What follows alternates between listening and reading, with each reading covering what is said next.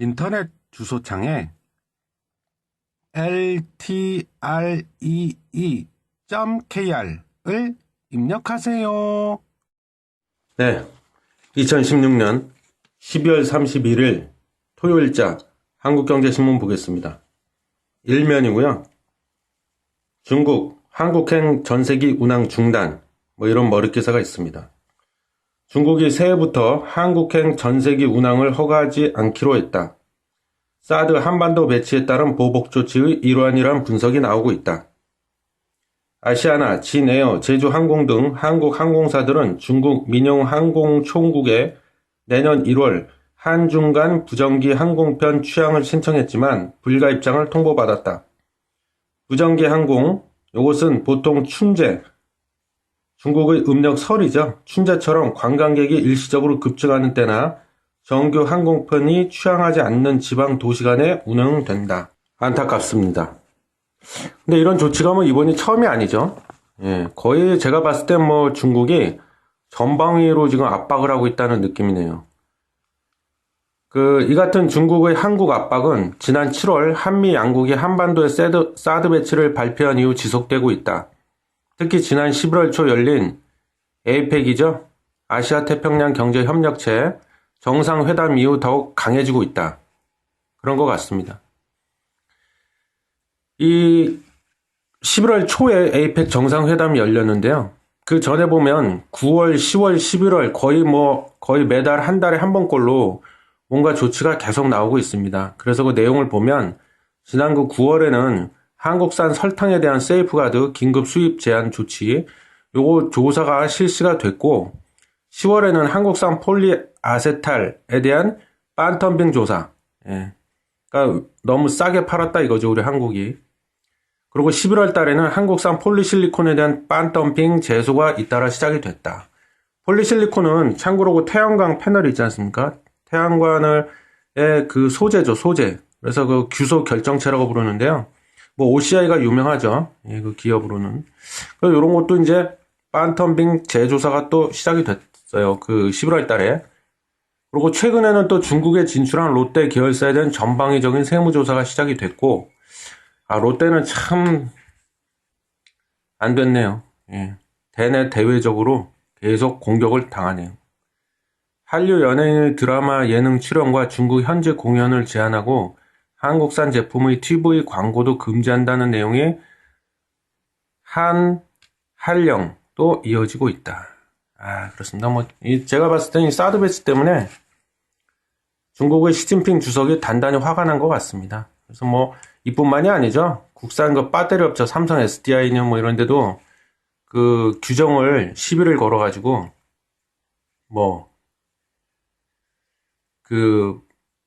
예를 들면 LG화학, 삼성 SDI 이런 게 있잖아요. 배터리 전문 업체. 근데 그 2차 전지죠. 자동차에 들어가는 그것도 이제 그 기술 표준이 여러 가지가 있는데 인정을 안 해주는 거죠. 중국에서.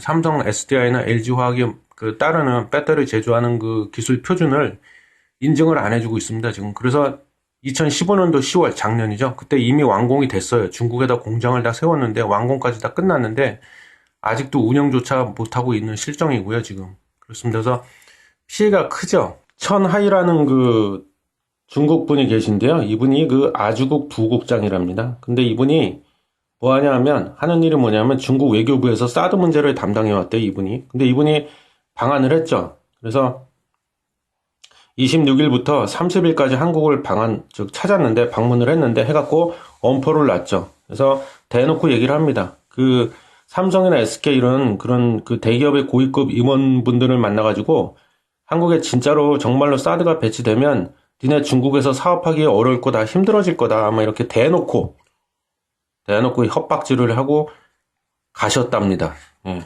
것만 봐도 그렇고, 참 문제는 문제네요. 같은 일면에 그 두 번째 기사 보겠습니다. 미국, 러시아 신냉전 이런 타이틀이 있어요. 미국 백악관과 재무부는 29일 러시아 외교관 35명 추방, 그리고 공관시설 2곳을 폐쇄, 그리고 해킹과 관련된 정보기관 5곳과 관련 인사 6명에 대한 경제 제재 등을 담은 러시아 제재안을 발표했다. 제재 대상 외교관은 72시간 내에 가족과 함께 미국을 떠나야만 하고 공관시설 2곳은 30일 오후를 기해 접근이 차단된다. 경제 제재 대상 기관 및 개인들은 미국 내 자산이 압류되고 미국의 금융회사와의 거래가 중단이 된다. 뭐 이런 내용을 담은 그 러시아 제재안을 발표했답니다.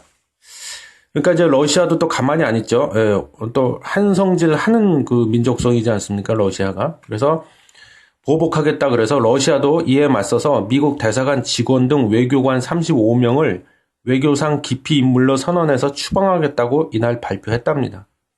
버락 오바마 행정부는 지난 6월 민주당 전국위원회 서버를 해킹한 배우로 러시아를 지목해왔다. 이게 뭐 사실인지는 모르겠지만 그런 얘기가 있죠. 그 도널드 트럼프가 대통령에 당선이 되지 않았습니까?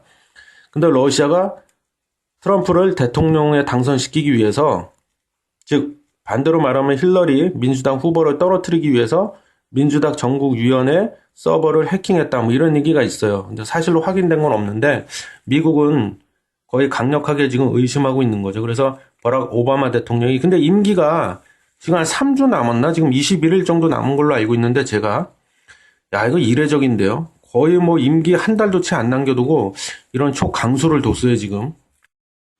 그 돌이켜보면 거의 한 6, 7년 정도 되지 않았나 싶은데 그 러시아의 상남자죠. 예, 우리 푸틴 아저씨, 푸틴 대통령하고 미국의 오바마 대통령 사이가 그닥 좋지가 않았어요. 예, 거의 뭐 앙숙이나 다름없었죠. 그래서 좀 갈등을 많이 일으켰는데 아직 그게 그 갈등이 풀리지가 않은 상태고, 특히 이제 그 갈등의 계기가 된 건 뭐 러시아가 우크라이나를 침공했지 않습니까? 그래서 그 크림반도도 막 강제로 병합시키고 푸틴이, 그리고 시리아 내전에 적극적으로 가담을 했죠. 그래서 그 시리아 대통령 편에 섰죠, 러시아가. 그래서 뭐 여러 가지로 막 물적으로도 많이 지원을 해주고. 근데 그럼 러시아가 왜 그 시리아 정부군 편에 섰을까요? 즉 그 아사드 대통령 편에 설 수밖에 없는 게, 시리아한테, 러시아 입장에서 봤을 때는 시리아한테 팔아먹을 게 참 많습니다. 예. 그래서 뭐 수출 문제도 있고 해서, 그래서 제가 보기엔 자기네 그 이속을 챙기기 위해서 시리아 정부군 편에 섰다고 저는 봅니다. 근데 이제 오바마 대통령은 그게 못마땅했던 거죠. 그래서 굉장히 갈등을 많이 벌였고, 예, 그런 상태죠.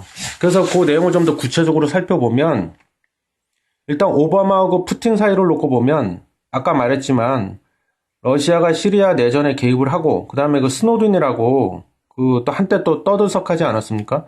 그분이 이제 러시아로 망명을 하면서 다 폭로했죠. 예. 미 그 정보국 관련 그 뭐 기밀 문서라고 해야 되나? 그런 거를 다 까발렸습니다. 그 다음에 그 아까 얘기했던 크림반도를 강제로 러시아가 막 병합을 하고, 이런 거에 대해서 이제 오바마가 열이 많이 받은 거죠. 그래갖고 러시아에 대해서 경제 제재를 몇 가지를 많이 취했었죠, 과거에. 이번에 추가적으로 더 취한 것 같아요. 아주 초강수를 뒀는데, 그렇습니다. 그리고 그 이번에 그 대통령 당선자가 된 그 도널드 트럼프하고 그럼 오바마하고는 또 사이가 좋냐? 뭐 안 좋죠, 당연히. 그래서 트럼프는 그 대선 후보 시절부터 대놓고 오바마를 깠죠. 그래서 내년 1월에 취임하자마자 이제 오바마가 그동안 그 공들여서 업적을 쌓아놨던 거를 다 뒤집어 엎으려고 할 겁니다. 그 중에 대표적인 게 이제 TPP, 한태평양 경제 동반자 협정, 그것도 이제 없던 걸로 다 하고, 뭐 공공연하게 계속 떠들어오지 않았습니까, 트럼프가? 예. 그래서 제가 봤을 때는 이 오바마가 이제 퇴임을 앞두고, 트럼프가 대통령이 되면 내가 그동안 공들여 쌓아온 그 업적을 한순간에 다 뒤엎을 것 같으니까 이렇게 그 퇴임을 직전에 두고 초강수를 두지 않았나, 그런 생각이 들고요. 그래서 오바마하고 트럼프하고도 사이가 안 좋다고 하면 왜 사이가 안 좋냐? 그러니까 일단 생각이 너무 다르죠. 그 생각이란 건 어떤 정치적인 전략에 의한 게 아닌가 싶은데, 그 특히 미국하고 이스라엘 관계에 있어서 트럼프는 불만이 많았습니다. 예, 그래서 여전히 오바마하고 트럼프도 지금도 갈등 상태고요. 그럼 이제 푸틴하고 트럼프하고 관계는 어떻게 되냐? 이것도 중요하겠죠. 근데 요거는 관계가 나쁘지 않습니다. 예, 지난번에도 말했지만 엑슨모빌 전 CEO를 장관에도 앉혀놨잖아요, 트럼프가. 친러시아 성향이라고 그랬잖아요, 그분이. 그래서 지금 화해하고 협력할 가능성이 대단히 높다, 내가 봤을 때는. 그 좀 구체적인 내용을 보면 오바마가 앞서 말씀드렸지만 그 러시아에 대해서 경제 제재를 많이 해놨잖아요. 근데 그거를 다 풀 가능성이 높다, 트럼프가. 그리고 러시아하고 미국이랑 손잡고 중국을 굉장히 견제할 것이다. 견제하는 데 있어서 협력을 많이 할 것이다. 예. 그리고 아까 말했지만 러시아가 대선에 개입했다고 그런 얘기가 많다고 하지 않았습니까? 그래서 이제 러시아가 해킹을 했다 뭐 이런 얘기가 많이 나오는데 그 서버를 아까 얘기했던 그 서버를 근데 트럼프는 말도 안 되는 소리다 지금 이렇게 얘기하고 있고 푸틴도 같은 입장을 취하고 있습니다. 그래서 우리는 그런 적 없다. 음모다. 뭐 이렇게 사실인지는 모르겠지만 그렇게 얘기를 하고 있습니다. 그래서 거기에 대해서 공감대를 이루고 있기 때문에 두 사람이 그래서 둘이서 협력을 해가지고 중국을 아주 그냥 대놓고 밟으려고 할 것이다.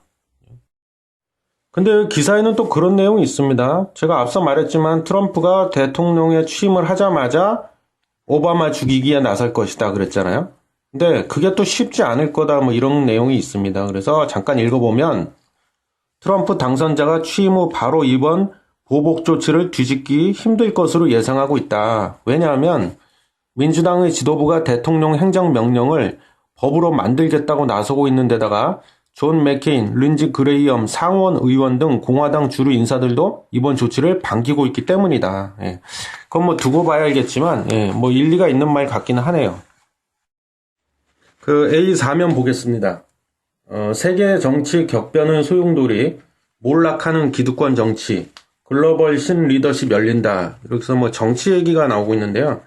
그건 제가 앞서 방송에서도 몇 번 언급을 했습니다. 2017년도를 좀 전망을 해본다면 제가 봤을 때 핵심은 정치가 원래 그렇긴 하지만 내년은 더욱더 그럴 것이다. 뭐냐면 정치가 경제를 들었다 놨다 할 것이다. 그래서 그 내용을 좀 보면은요. 이 신문 기사상에는 국가별로 좀 내년도에 정치판이 어떻게 돌아갈 것인가를 간략하게 예상을 해놨네요. 근데 저도 일단 뭐 굉장히 공감이 많이 가는 부분인데 일단 유럽 쪽으로 좀 먼저 가보겠습니다. 유럽 중에서도 이탈리아로 먼저 가볼게요. 이탈리아에 보면은 오송운동이란 그 정당이 있는데 오송운동.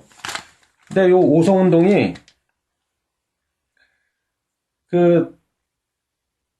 EU 있지 않습니까? 유로존 EU 탈퇴를 적극적으로 주장하는 정당입니다. 그래서 이 오송운동의 대표분을 보면 성함이 어려워요. 베페 그릴로라는 분인데 일단 연세는 한 68세고요. 근데 이분이 참 재밌는 거는 개그맨 출신이래요. 그래서 2009년도에 오송운동을 창당을 했어요. 정당 이름인데 그죠? 근데 이분이 주장하는 거는 직접민주주의와 가장 우리가 눈여겨봐야 될 부분이죠. 유럽연합하고 유로존 탈퇴를 해야 된다 이렇게 주장하시는 분이에요. 그래서 지금 이탈리아도 그렇고요. 이런 상태고 그 다음에 이제 독일로 가볼게요. 독일은 뭐 메르켈 총리가 유명한데 독일에 AfD라는 극우 정당이 하나 있습니다. 그걸 이제 우리말로 바꾸면 독일을 위한 대안 뭐 이 정도로 해석이 되는데요. 이 정당에서도 또 극우 정당이다 보니까 좀 주장하는 바가 뭐냐면요. 일단 지금 독일의 난민을 굉장히 많이 받아오지 않았습니까? 메르켈 총리가. 근데 난민 받는 거를 굉장히 반대를 많이 하고 있는 그런 정당이에요. 그 다음에 무슬림 여성들이 부르카라고 해서 그 사진 같은 거 혹시 보셨나요? 이렇게 머리에 이렇게 그걸 뭐라고 그래야 돼? 두건이라고 해야 돼? 뭐라고 그래야 되지? 하여튼 이 원래 용어가 부르카라고 합니다. 그거를 착용하는 거를 금지, 요걸 공약으로 내세웠대요. 그래서 난민을 받지 않겠다. 그 다음에 무슬림 여성의 부르카 착용을 금지시키겠다. 요걸 공약으로 내세운 그런 극우 정당인데요. 요 지지율이 지금 계속 오르고 있어요. 나날이 오르고 있습니다. 그래서 이렇게 되면 이제 반면에 기존의 메르켈 총리, 앙겔라 메르켈 총리가 내년 9월에 총선이 있는데 거기서 만약에 또 당선이 되면 4연임을 하게 되는 건데 그래서 좀 노리고 있을 것 같아요. 4연임 하려고. 근데 이놈의 극우 정당 때문에 자칫하다간 그게 물거품이 되지 않을까 그런 생각이 듭니다. 그래서 독일 가봤고요. 그 다음에 이번에 세 번째로 러시아로 한번 가보겠습니다. 러시아는 아시겠지만 뭐 우리 막강한 상남자 아저씨 있죠. 블라디미르 푸틴 아저씨. 근데 이분은 뭐 대놓고 강력한 국가 사회주의를 표방하는 분이죠. 그리고 예전에 러시아 제국을 부활시키겠다 이래갖고 자나깨나 그걸 그 생각하고 계신 분이라고 해야겠죠. 그래서 뭐 우크라이나도 침공했고 그래서 강제로 크림반도도 병합시키고 이런 거를 통해서 나토라고 하죠. 북대서양 조약기구하고 갈등을 많이 벌여왔는데 이 푸틴 아저씨가 또 그 센 발언을 하셨습니다. 지난 22일 날 서방에 있는 그 미사일 방어책 MD라고 그러지 않습니까? 그거를 뚫어야만 한다 이렇게 대놓고 말씀을 하시면서 즉 이게 뭘 의미하겠어요?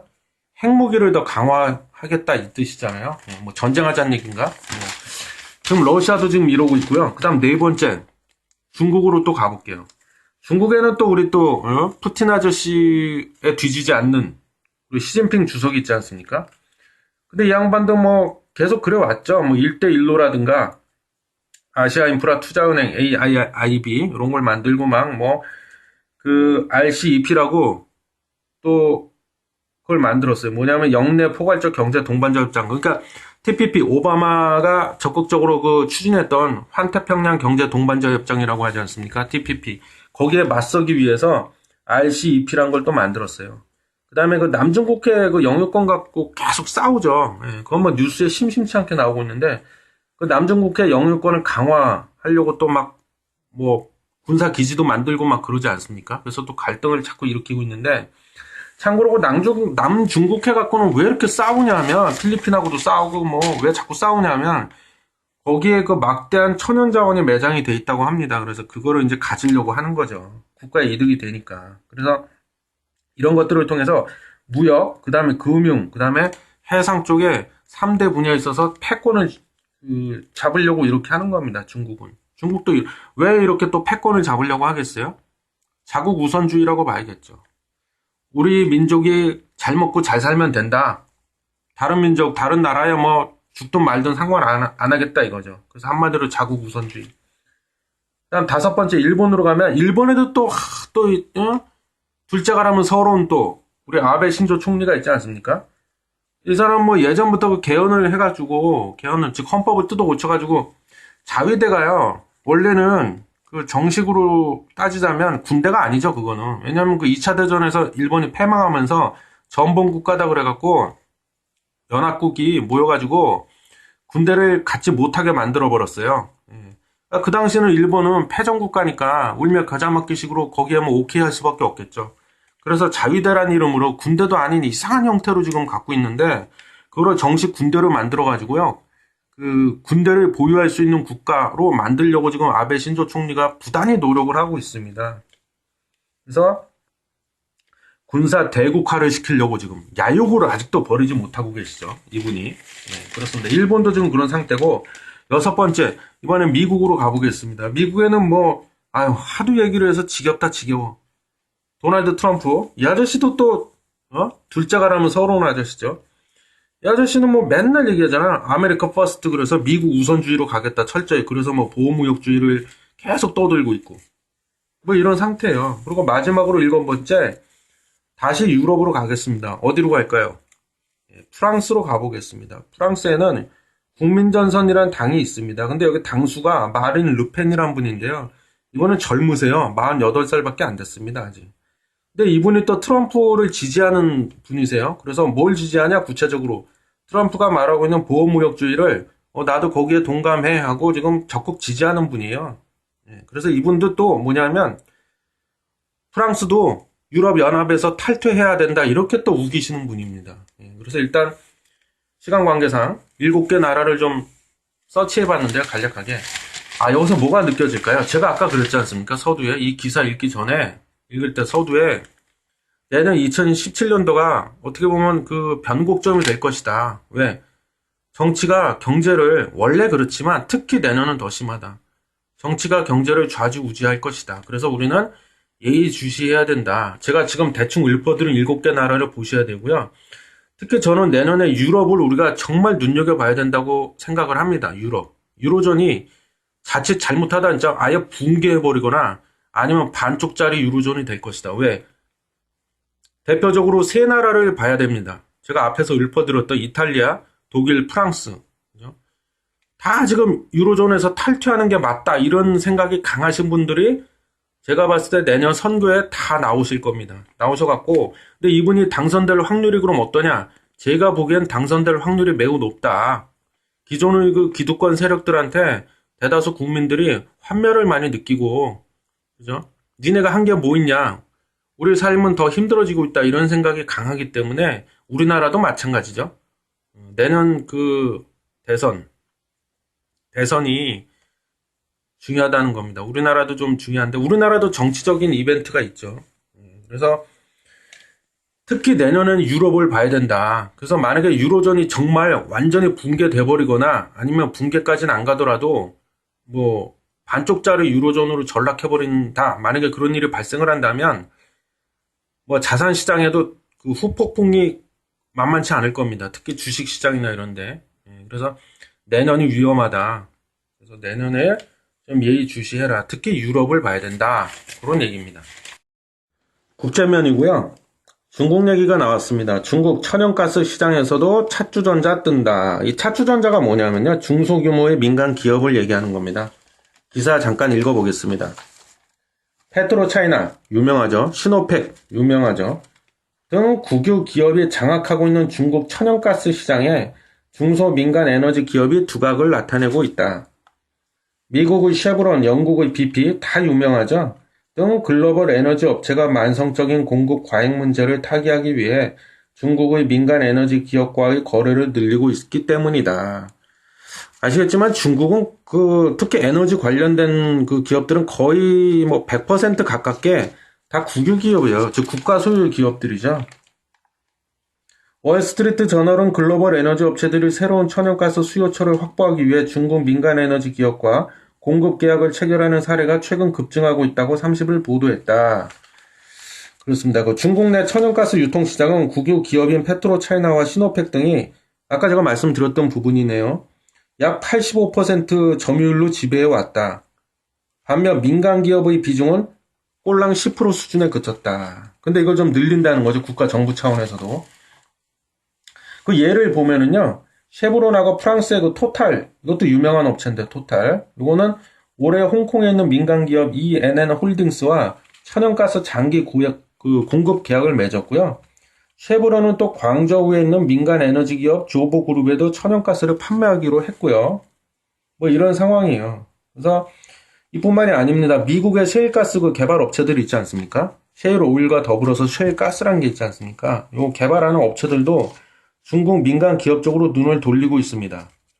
예를 들면 미국 멕시코만 지역의 셰일가스 개발 회사인 SCTNE는 올해 초 조보그룹하고 장기 공급 계약을 체결하면서 중국으로의 천연가스 수출을 위한 전용 항구를 확보했다고 또 나와 있네요. 전용 항구를 확보했다.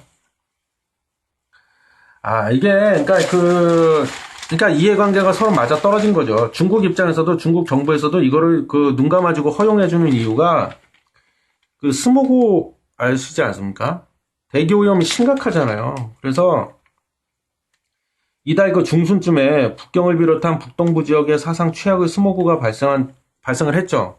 기사에도 났었지만 그때 시진핑 주석이 나서서 한마디 했습니다. 뭐라고 했냐면 각 가정에서 난방을 할 때 지금은 여전히 석탄을 많이 뗍니다. 중국이. 근데 가급적이면 석탄 대신에 청정 에너지를 사용하라고 한마디 했습니다. 시진핑 국가주석이.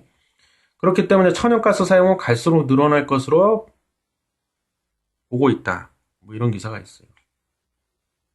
근데 지금 현재는 어떠냐? 근데 아직은 천연가스가 차지하는 비중이 6%밖에 안 돼요. 작년 2015년 기준으로. 거의 다 석탄을 뗀다. 왜? 석탄 가격이 저렴하니까. 싸다고 하지 않았습니까?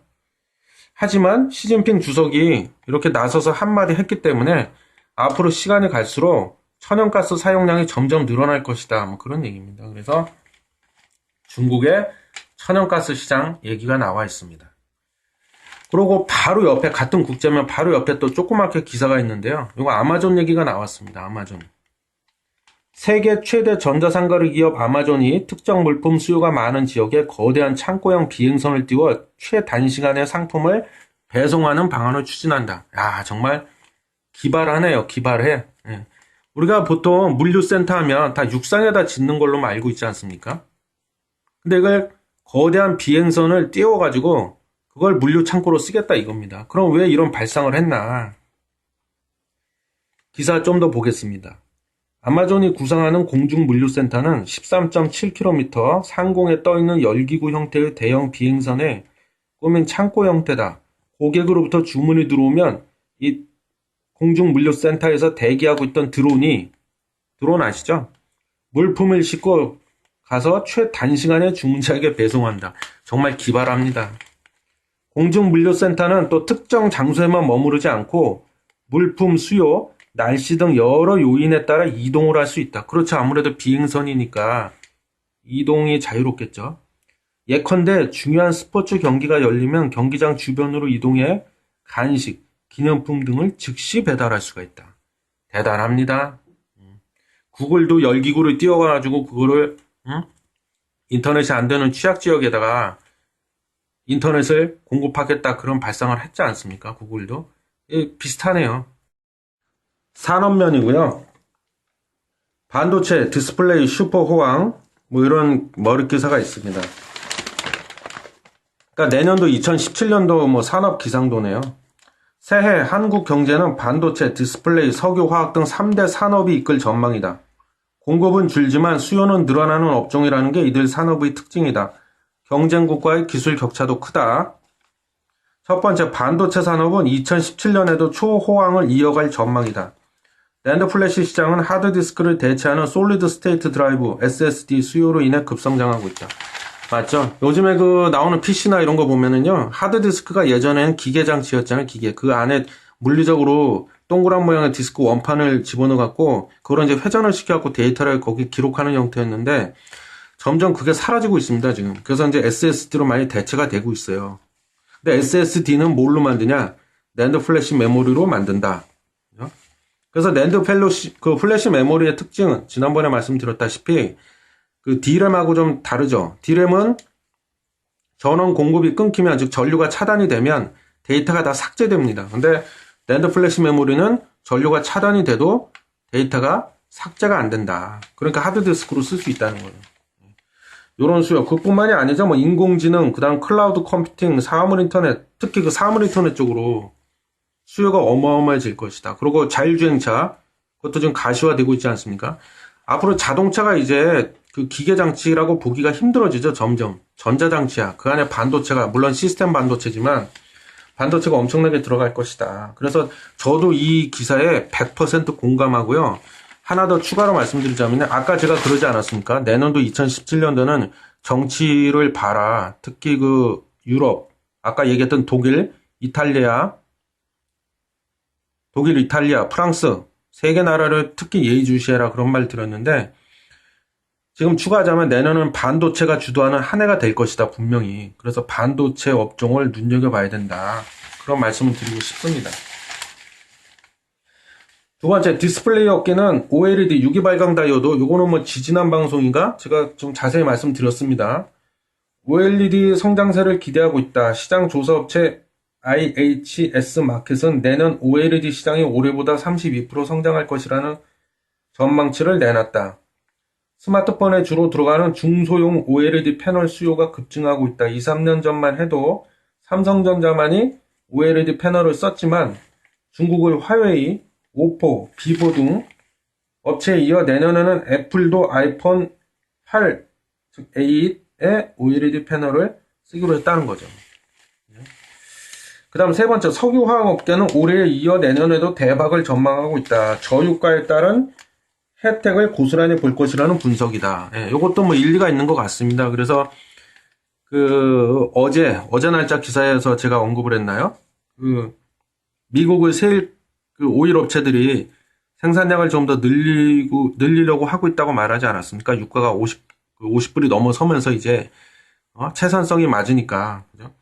그럼 공급이 당연히 늘겠죠. 그리고 또 하나 덧붙여서 말씀드리자면요. 내년에 유가가 제가 보기엔 떨어질 확률이 높고, 물론 낙폭이 어느 정도 되냐, 제가 그것까지 감히 장담은 못하겠습니다. 근데 뭐 살짝 떨어질 수도 있고 많이 떨어질 수도 있겠죠. 근데 왜 떨어질 확률이 더 높다고 저는 그쪽에 이렇게 호언장담을 하냐 하면요.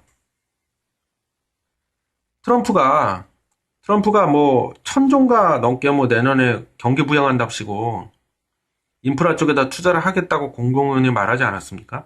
그럼 가장 그 핵심이 그 돈을 어떻게 마련할 거냐 이거잖아요. 근데 뭐 국채 찍는 것도 있지만 지금 그 트럼프는 한 세 가지 방안을 얘기를 하고 있는데 그 중에 하나가 뭐냐면요. 미국의 에너지 기업에 관련된 각종국 규제들 있지 않습니까? 규제. 그거를 대폭 풀어주겠다. 이렇게 나오고 있습니다. 그죠? 그럼 왜 규제를 풀어주려고 하냐, 트럼프는. 규제를 많이 풀어주면 기업들이 적극적으로도 그 영업 활동을 벌이지 않겠습니까? 뭐 어디다가 막 투자도 하고, 공장도 짓고 막.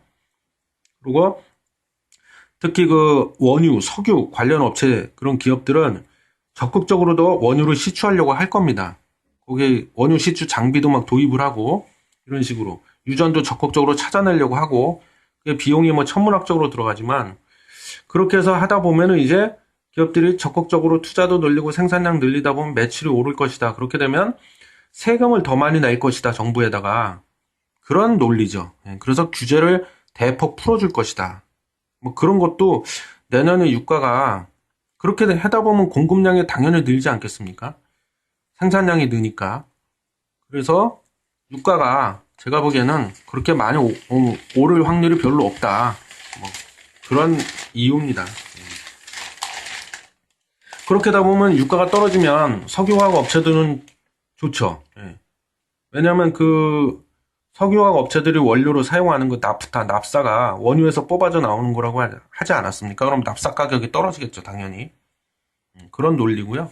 그래서 석유화학 업체도 뭐 좀 제가 봤을 때는 혜택을 많이 볼 것이다. 그런 논리입니다. 그리고 참고로 근데 이게 반도체, 디스플레이, 석유화학 세 가지 업종이 지금 기사에는 나와 있는데요. 제가 개인적으로 이 중에서 가장 전망이 밝은 거 딱 하나만 골라봐라 그러면 저는 당연히 반도체입니다. 반도체. 반도체가 될 수밖에 없고요. 내년 2017년도는 다시 한번 강조하지만 반드시 분명히 반도체의 한 해가 될 것입니다. 참고로 그래서 그 삼성이나 SK 하이닉스가 대규모로 투자를 진행하고 있는데요. 그 서울에서 그 경부고속도로 타고 이렇게 내려가다 보면 기흥 IC 있지 않습니까? 그 기흥 IC 오른쪽으로 이렇게 보면은요. 27층 높이의 거대한 그 빌딩 3개가 나란히 서 있습니다. 그게 삼성에서 지은 건데요. 부품 연구동이에요. 그래서 뭘 연구하냐? 부품을 연구하는 데입니다. 어떤 부품? 반도체를 연구하는 거죠. 여기 뭐 그러니까 2개 동은 이미 완공이 됐고 세 번째 빌딩 하나가 내년도에 완공 예정인데요. 이것마저도 다 완공이 되면 이 3개 빌딩 안에 총 그 반도체 관련해서 연구원이 잊어버렸다. 17,000명인가 18,000명이 다 입주를 할 겁니다. 어마어마한 규모죠. 그래서 삼성이나 SK 하이닉스도 선제적으로 이렇게 과감하게 몇 조를 들여서 투자를 하는 이유가 다 그렇지 않겠습니까? 시장성을 본 거겠죠. 그 A15면인데요. 뭐 환율 얘기가 나왔습니다. 환율 1,200원 찍었는데 뭐 달러 자산 차익 실현할까 뭐 이런 기사입니다. 달러원 환율이 달러당 1,200원대를 넘었죠. 환매 조건부 채권, 즉 RP, 달러 선물 상장지수 펀드, ETF 등 달러 자산에서 투자자들의 자금 이탈이 거세지고 있다. 이게 뭘 의미하겠어요? 거의 뭐 꼭지다 이렇게 대다수가 보고 있다는 겁니다. 지금 환율이. 고점은 달러당 1230원에서 1250원 선으로 예상을 한다고 많이 해요. 시장의 전문가들은. 또 전문가들은 내년 하반기에는 달러의 약세 전환을 점친다. 뭐 이런 얘기가 있는데 요 얘기가 나서 어디선 그래요. 내년에 달러원 환율이 1,300원까지도 갈 것이다. 뭐 이렇게 보시는 전문가분들도 일부 계시더라고요. 근데 저 개인적으로는요, 글쎄요, 제가 뭐 신이 아니라서 뭐 정확하게 말씀은 못 드리지만, 1200 많이 가면, 정말 최고점까지 간다면, 뭐 특별한 일이 없는 이상은, 1200 한 30원, 40원까지는 갈 수도 있지만, 그 이상은 좀 힘들다. 저도 개인적으로 그렇게 보고 있습니다. 왜냐하면, 그 미국 입장에서 봤을 때 달러가 너무 가치가 올라버리면요, 예를 들어서 뭐 1300원까지 이렇게 찍어버리면, 결국에는 그게 부메랑이 돼서 미국의 발등을 찍을 것이다. 그래서 미국으로서도 좋은 게 아닙니다. 왜냐하면 수출이 그만큼 안 될 테니까 그러면. 그래서 여러 가지 또 정치적인 이해관계도 많이 결합이 돼 있고 하기 때문에 제가 봤을 때는 1,300원 뭐 그렇게까지는 내가 보기에는 가기 힘들고 그렇습니다. 그래서 그러면 혹시 좀 궁금해 하시는 분이 계실까봐 그럼 이제라도 이 달러 원 환율이 올랐을 때, 즉 달러 가치가 올랐을 때 이득을 볼 수 있는 그런 금융 상품이 많이 있지 않습니까? 예를 들면 달러 예금이라든가 여기 기사에 나와 있는 이런 금융 상품들 달러 환매 조건부 채권 이런 걸 지금이라도 좀 가입을 해야 되나? 뭐 이런 생각을 하실까봐 혹시. 근데 제 개인적으로는요, 좀 말리고 싶습니다. 예, 타이밍상 지금 가입하기에는 물론 지금 가입해서 수익을 좀 볼 수도 있겠죠. 하지만 그렇게 기대한 것만큼 큰 수익은 내기 힘들 거다. 1,300원까지 가지 않는 이상은 정말로 지금 시점에서는. 그래서 그거는 좀 제가 개인적으로 좀 만류를 하고 싶고요. 예. 그 좀 재밌는 게 뭐냐면 여기 그 한국경제신문에 보니까요. A3면에 대신증권 아시죠? 대신증권에서 광고를 떡하니 내놨습니다. 제목이 달러 투자. 원화로 입금하고 연 2% 혜택 받는다. 그래갖고 아까 기사에서 읽어드렸던 그 금융상품이야. 달러 RP 특별 판매. 그래서 뭐 특판을 지금 하고 있다 해서 대대적인 광고가 났습니다. 근데 제가 이렇게 얘기하면 또 대신증권에서 저를 찾아올 수도 있어요. 네가 뭔데 지금 뭐 가입해라 마라 그러냐, 뭐 기분 나빠갖고 뭐 그러실 수도 있는데 저는 그래도 할 말은 하겠습니다. 그런 거 되도록 가입하지 마시라. 예. 왜? 아까 말씀드렸죠? 이미 타이밍상 지금 가입하기에는 조금 늦었다. 예. 그렇습니다. 그래서 그럼 지금 만약에 이미 가입해서 여기 기사처럼 지금 그러니까 이미 가입을 해서 지금 이걸 갖고 있는 분들은 어떻게 해야 되나? 차익 실현을 해야 되나 말아야 되냐? 글쎄요, 저는 그런 부분에서 본다면 내년이라 봐야 뭐 하루 남았네요. 내년 1월이나 한 2월 정도, 그러니까 1분기까지만 좀 더 지켜보시라. 근데 기사상에는 차익 실현 매물이 지금 계속 나오고 있다, 뭐 이렇게 돼요. 대다수 분들이 자꾸 차익 실현에 지금 이미 하고 있다, 이런 기사 내용인데, 그건 왜 그러냐면, 아까도 말씀드리지 않았습니까? 대다수 분들이, 이제 고점 찍었다, 여기가 상투구나, 이렇게 생각해서 아마 차익 실현에 나서는 것 같아요. 더 이상 오를 확률이 낮다, 이렇게 보시는 분들이 많은 것 같습니다. 근데, 한 1분기 정도는 그래도 좀 더 지켜보자. 왜냐하면 1분기 동안 봤는데 달러 환율이 급격하게 더 치솟을 확률이 설사 없다고 해도 그렇다고 갑자기 뭐 환율이 다시 또 내려갈 확률도 별로 없다 내가 봤을 때. 그렇기 때문에 어차피 양쪽이 다 그런 상태라면 좀 차분하게 신중하게 한 1분기 정도만 더 지켜보자. 예, 그런 의견을 드리고 싶습니다. 혹시 이미 이런 금융상품에 가입하신 분이라면. 그리고 참고로 대신증권에서도 그 광고에 이렇게 나왔다고 했잖아요. 달러 RP. RP가 뭐냐면 환매 조건부 채권이라고 그래서 용어 설명을 잠깐 드리겠습니다. 그 RP라는 얘기가 기사에 자주 나오는데요. 환매 조건부 채권 뭐냐면 채권인데 그러니까 먼저 정의를 내리자면 RP 환매 조건부 채권이라 하면 증권사 같은 금융회사가 자기네들이 보유하고 있는 갖고 있는 그 채권을 담보로 일반인들한테 맡기고 돈을 빌려다 쓰는 겁니다. 그리고 만기 채권이잖아요. 이것도 채권이 만기가 있다 보니까 만기 때 되면 자기네가 그 채권을 되사주는 거예요. 환매해 준다고. 그래서 그런 행위를 통해서 고객들한테 빌려간 돈을 갚는 거죠. 네? 이해되세요? 어려운 거예요, 상품이? 그럼 다른 말로 한 번만 더 설명해 볼게요. 다른 말로 자기네들이 갖고 있는 채권을, 그죠? 환매 조건부 채권도 채권이라고 했습니다. 그 채권을 고객들한테 팔어 돈을 받고 금융상품에 가입을 시킨다는 거는 쉬운 말로 그 채권을 고객들한테 파는 겁니다. 판매를 해. 그죠? 판매를 하고 나서 만기 때가 되면 자기네가 고객들한테 팔았던 채권을 다시 사주는 겁니다. 그래서 그 되사준다, 그걸 환매라고 하지 않습니까? 환매 조건, 그런 조건이 붙어 있는 채권이다, 그겁니다. 이해 가시나요, 이제? 예. 근데 이 달러 RP라는 거는 뭐냐면 그 채권이 외화로 표시되어 있는 채권이다. 외화라 하면 구체적으로 달러로 표시되어 있는 환매 조건부 채권이다. 그게 달러 RP다, 그 얘기입니다. A 구면인데요. 물가 얘기가 나왔습니다. 배추, 무 등 신선식품 지수 6.5% 급등, 서비스 물가도 2.3% 올라 5년 만에 최고, 전체 물가는 1% 상승, 체감과 괴리 여전, 뭐 이런 머릿기사가 있습니다.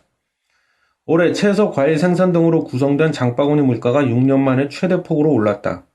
반면 전체 소비자 물가는 관련 통계 작성 이래 세 번째로 낮은 수준에 머물렀다. 체감 물가와 지표 물가 간 차이가 여전히 크다는 지적이 나온다. 그죠? 크죠? 괴리가 크죠? 그 참 미스테리해. 그죠?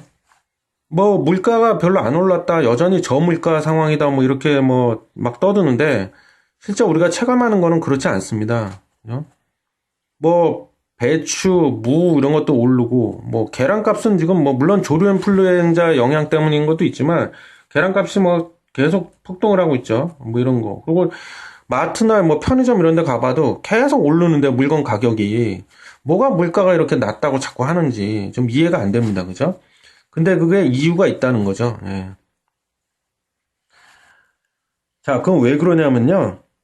체감 물가의 품목, 그러니까 체감 물가란 건 제가 지금 말씀드렸지만 우리가 실제 생활하면서 느끼는, 피부로 느끼는, 체감하는 그런 물건의 가격을 얘기합니다. 예? 그 체감 물가의 품목들이 전체 소비자 물가에서 차지하는, 즉 한국은행의 통계를 내는 그런 소비자 물가, 요 소비자 물가를 구성하는 그 품목이 있는데요. 품목에서 많이 빠져있다, 즉 누락이 돼 있다, 그겁니다. 그래서 기사를 좀 보면요. 체감 물가의 품목들이 전체 소비자 물가에서 차지하는 비중이 낮기 때문이다. 통계청은 소비 비중이 높은 460개 품목을 꼽아 소비자 물가 지수를 산정한다. 지수를 만들 때 그 지수를 구성하는 품목이 460개가 있습니다. 있는데 국민 소비 생활에 주는 영향 정도를 따져서 가중치를 매겨서 지표를 산출한다.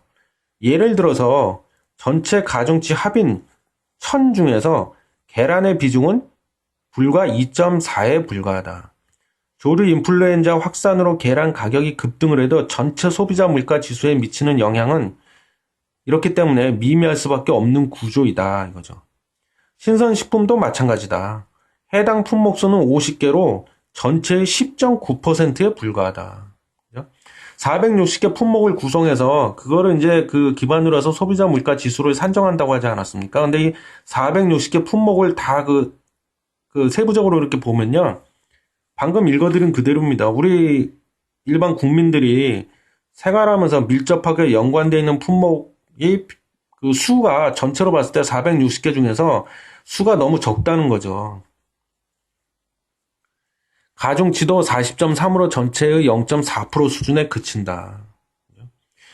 신선식품이 해당 품목수는 460개 중에서 50개를 차지하고 있는데 이게 이제 10.9%밖에 안 된다는 거죠. 그리고 거기에 대한 그 가중치도 전체 0.4% 수준에 그친다. 이러니까 자꾸 괴리가 생기죠. 괴리가 커질 수밖에 없네. 또 다른 예를 보면은요. 그 주택, 수도, 전기 및 연료 물가, 요거는 올해 소비자 물가를 0.14포인트 낮추는 요인이었다. 가중치는 근데 반면에 가중치는 170.2로 가장 크답니다. 국제 유가 하락의 영향이 지속이 됐고 전기료도 인하되면서 전기요금이 내려가면서 전체 물가를 끌어내렸다. 그러니까는 정리하면요. 그 통계청에서 460개 품목을 딱 그 선정을 해가지고 요걸 기반으로 소비자 물가 지수를 뽑아내는데 이 460개 전체 품목 중에서 우리 생활과 실제로 밀접한 관련이 있는 품목은 매우 비중이 적다는 겁니다. 그죠? 그러니까는 뭐 실제 뭐 예를 들면 실제 우리가 생활하면서 먹고 쓰고 입고 이런 정말 아주 밀접한 관련이 있는 그런 품목들의 물가가, 즉 물건 가격이 마구마구 올라가도 전체 460개 품목 중에서 차지하는 비중이 워낙 낮기 때문에 통계청에서 그 산정하는 소비자 물가 지수는 별 영향을 안 받는다는 거죠. 그러니까 이렇게 괴리가 많이 생긴다. 체감 물가와 그 지표 물가 사이에서 그 얘기입니다. 이거는 제가 보기에도 문제가 크네. 좀 손을 봐야 되지 않을까요? 여기서 물가 얘기가 좀 나와 있습니다. 그 같은 면 바로 옆에 보니까 이런 기사가 있습니다. 내년 소비자 물가 오름폭 확대. 그래서 이거는 이제 내년 2017년도에 소비자 물가가 어떻게 될 것이냐 뭐 나름대로 전망에 대한 그런 기사 같아요. 소비자 물가가 앞으로 더 크게 오를 것이란 분석이 한국은행에서 나왔다. 한국은행이 지난 10월 전망한 내년 소비자 물가 상승률은 1.9%로서 올해는 1.0%랍니다. 올해보다도 0.9% 포인트 높았다. 거의 뭐 2배로 뛴다는 얘기네. 이 경우 한국은행의 물가 목표치 2%에 근접하게 된다. 뭐 이런 내용인데요. 글쎄요, 뭐 근데 그 앞서 기사에서도 말씀드렸지만 이게 또 뭐 체감 물가하고 지표 물가가 워낙 괴리가 크기 때문에 이게 뭐 실제로 큰 의미가 있나 싶습니다. 하지만 일단 한국은행에서 예상치는 그렇다는 거예요. 내년에도 물가가 오를 것이다. 근데 그 얼마 전 그 방송에서 제가 언급을 하지 않았습니까? 어제 신문이었나 그게? 근데 그 정부에서 그 적극적인 재정 정책을 내년도에 펼치고 거기에 발맞추기 위해서 보조를 맞추기 위해서 한국은행도 통화 완화 정책 쪽으로 가겠다. 통화 완화 기조로 유지하는 쪽으로 가겠다 그랬지 않습니까? 근데 거기 보면은 그 내용 중에 그런 내용이 있었습니다. 그 물가 상승률이 아직은 관리할 수 있는 범위 내에 있기 때문에 그래서 통화 정책 완화 기조로 유지하겠다. 그 말은 뭐예요? 내년도에 기준금리를 웬만해선 올리는 쪽보다는 동결 쪽으로 가겠다. 뭐 그런 의미라고 했잖아요. 의미 해석을 한다면. 근데 만약에 뭐 이런 것도 우리가 생각해 볼 수 있습니다. 만약에 뭐 어떤 요인에 의해서 내년도에 이 한국은행에서 전망한 그 물가 상승률이 0.9%포인트가 아니라 이보다 훨씬 더 높아. 예를 들면 뭐 1.5%포인트라든가 이렇게 돼갖고 한국은행에서 그 목표치를 삼고 있는 2% 그거를 훨씬 넘어버린다면 만약에 그렇게 된다면 그 내년도에 한국은행에서도 기준금리를 동결하기는 힘들어질 것이다. 왜냐하면 물가를 잡아야 되기 때문에 그렇게 되면 기준금리를 또 올릴 수도 있다 어쩌면. 그런 예상도 우리가 좀 해볼 수 있다는 겁니다.